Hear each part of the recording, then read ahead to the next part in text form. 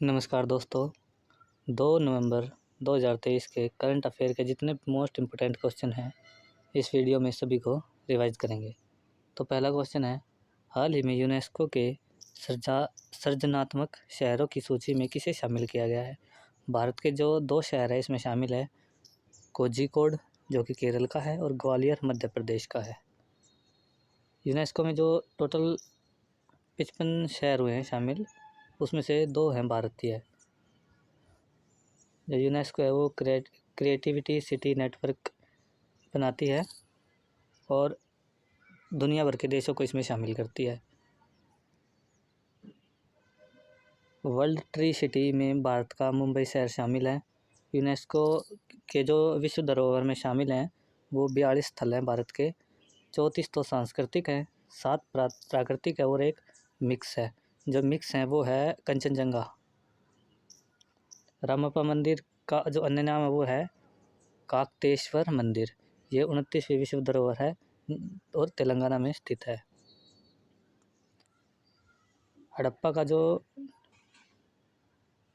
हड़प्पा सभ्यता का एक स्थान है यूनेस्को में शामिल है, वो है धोलावीरा और 40वें नंबर का स्थान है।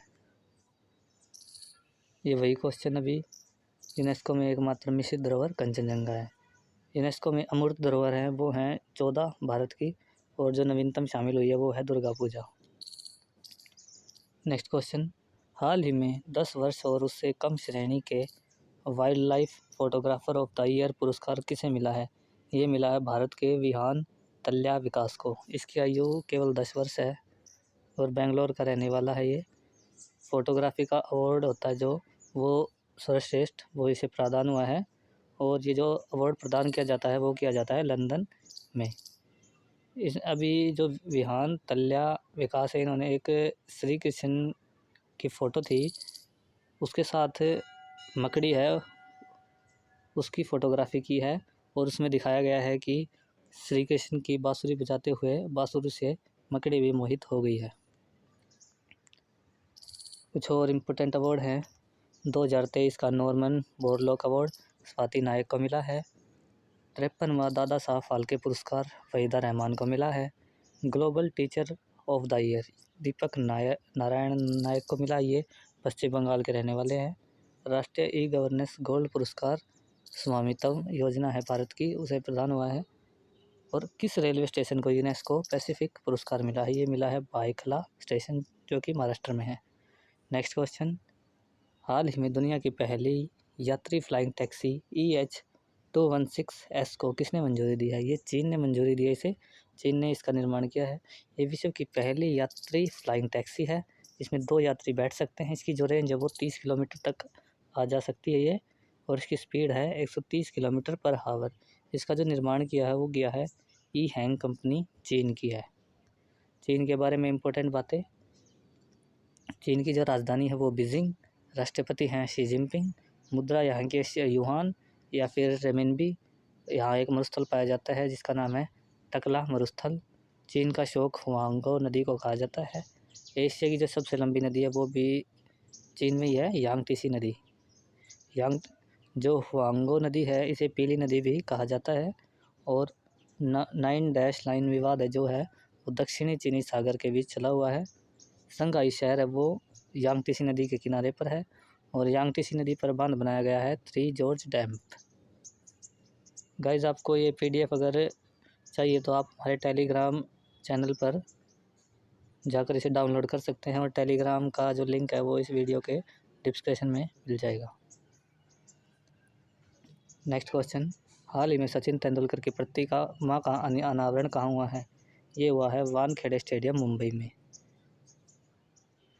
वानखेड़े स्टेडियम में अभी सचिन तेंदुलकर की प्रतिमा लगाई गई है, और इसके वास्तुकार थे प्रमोद कोबले। इसका जो अनावरण किया है वो किया है महाराष्ट्र के CM एकनाथ शिंदे ने। और सचिन तेंदुलकर 100 शतक लगाने वाले एकमात्र खिलाड़ी है। वनडे में जो पहला दोहरा शतक लगाने वाले भी यही थे, सचिन तेंदुलकर। इन्होंने ग्वालियर में लगाया था दोहरा शतक और साउथ अफ्रीका के खिलाफ लगाया था।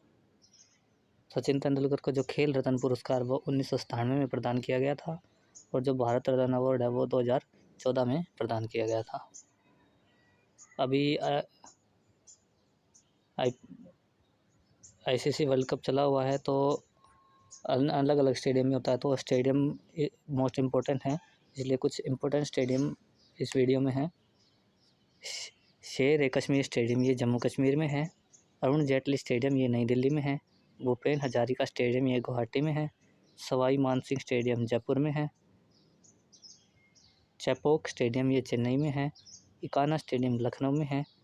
वैन बोर्न स्टेडियम मुंबई में है। वानखेड़े स्टेडियम ये भी मुंबई में है। ईडन गार्डन ये कोलकाता में है। ध्यानचंद नेशनल स्टेडियम ये दिल्ली में है। चिन्ना स्वामी स्टेडियम ये बेंगलोर में है। Birsa Munda international hockey stadium में भी नया निर्माण हुआ इसका, राउरकेला में, और ये तो मोस्ट इम्पोर्टेंट है क्योंकि यहीं पे अभी इंटरनेशनल महिला जो हॉकी चैम्पियनशिप थी वो यहीं पे हुई थी। बारामती स्टेडियम कटक उड़ीसा में है। महाराजा वीर विक्रम स्टेडियम ये त्रिपुरा में है। नेक्स्ट क्वेश्चन, हाल में भारत के लिए वीज़ा मुक्त प्रवेश की घोषणा कौन से देश ने की? ये किया थाईलैंड ने। थाईलैंड ने भी भारत के जो भी वहाँ जाएगा वहाँ वीज़ा मुक्त कर दिया है। थाईलैंड में एक साल में लगभग 12 लाख भारतीय थाईलैंड घूमने जाते हैं, और 10 नवंबर से 10 मई तक ये वीज़ा फ्री किया गया है थाईलैंड के द्वारा। ये केवल जो वहाँ पे पर्यटन बढ़े भारतीय, इसीलिए किया गया है। थाईलैंड की जो राजधानी है वो बैंकॉक, यहाँ के प्रधानमंत्री है श्रीता तैविसिनी, और मुद्रा यहाँ की थाई बाट। और ये जो थाईलैंड है ये सफ़ेद हाथियों के लिए प्रसिद्ध है।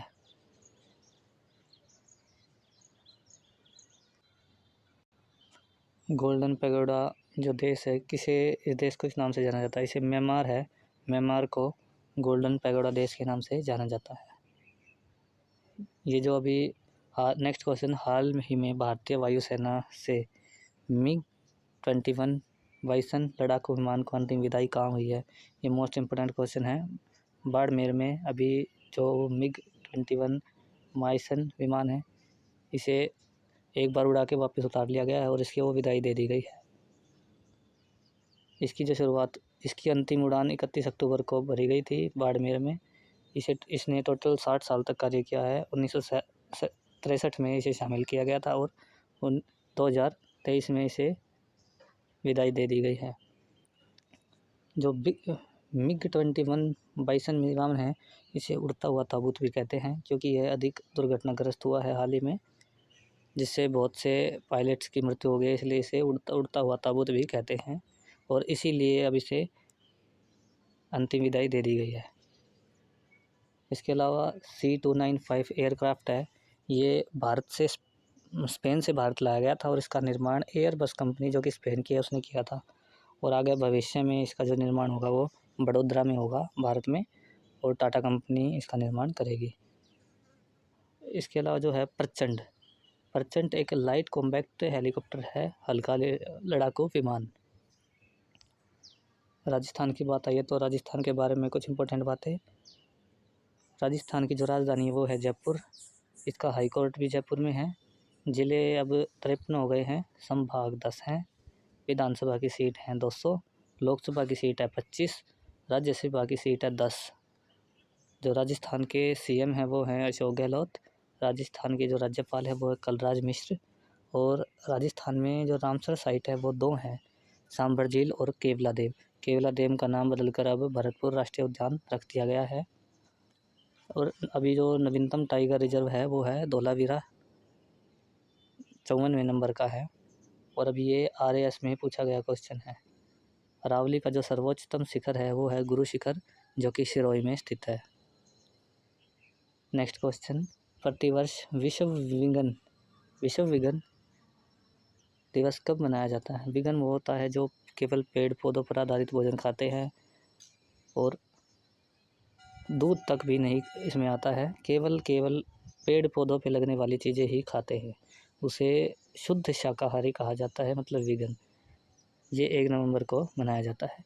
जो विगन का वर्ड देने वाले प्रथम इंसान थे वो थे लुईस वलीस। 1 नवंबर 1956 को मध्य प्रदेश, कर्नाटक, केरल और आंध्र प्रदेश का निर्माण हुआ था। 1 नवंबर 1966 को पंजाब, हरियाणा और चंडीगढ़ का निर्माण हुआ था। 1 नवंबर 2000 को छत्तीसगढ़ का निर्माण हुआ था। नेक्स्ट क्वेश्चन, हाल ही में दूसरा रोहिणी नैयर पुरस्कार 2023 किसे मिला है? ये मिला है दीनानाथ राजपूत को। जो रोहिणी नैयर पुरस्कार है, सेकंड नंबर का मिला है इन्हें, दीनानाथ राजपूत को। बस्तर, छत्तीसगढ़ में ग्रामीण विकास के लिए इन्होंने कार्य किया था, इसीलिए इसे प्रदान किया गया। इसके जो प्रदान करता है वो नंदकिशोर हैं। ये 15वें वित्त आयोग था जो उसके अध्यक्ष थे।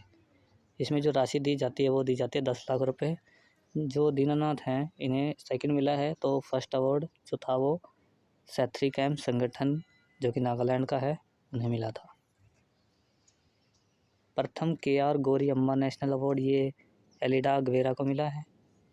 3 ग्रैमी पुरस्कार जीतने वाले एकमात्र भारतीय संगीतकार कौन है? ये है रिकी केज।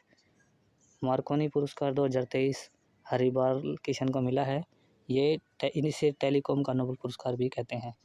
केरल का जो पहला सर्वोच्च नागरिक सम्मान है वो वासुदेव नायर को मिला है। केरल ज्योति अवार्ड ने दिया है। इसका नाम जो है वो है केरल ज्योति अवार्ड।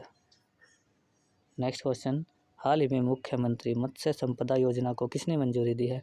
ये दी है उत्तराखंड ने। CM मत्स्य संपदा योजना, इसकी शुरुआत उत्तराखंड में हुई है और जो मंजूरी दी है, मतलब इसकी स्टार्टिंग की है, वो पुष्कर सिंह धामी ने की है। इसका जो उद्देश्य है वो मछली पालन को बढ़ावा देना और इसके तहत मछुआरों को 5% ब्याज पर ऋण दिया जाएगा।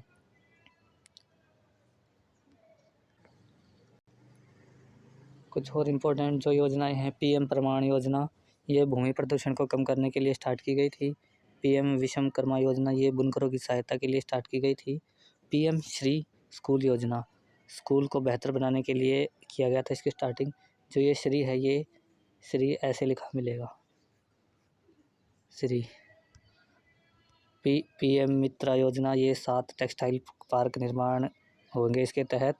अमृत धरोहर योजना, ये रामसर साइट संरक्षण के लिए स्टार्ट की गई थी। हाल ही में अपशिष्ट जल में सूक्ष्म प्रदूषकों को हटाने के लिए ग्राफीन डॉफ्ट संशोधित सिलिका एरोजेल किसने विकसित किया? ये किया IIT मद्रास ने। एरोजेल का जो विकास हुआ है, इसका जो निर्माण किया है वो ग्राफीन से इसका निर्माण होगा अपशिष्ट जल से सूक्ष्म प्रदूषण को हटाने के लिए, और जो ये 76% तक प्रदूषण को हटाने में सक्षम रहेगा।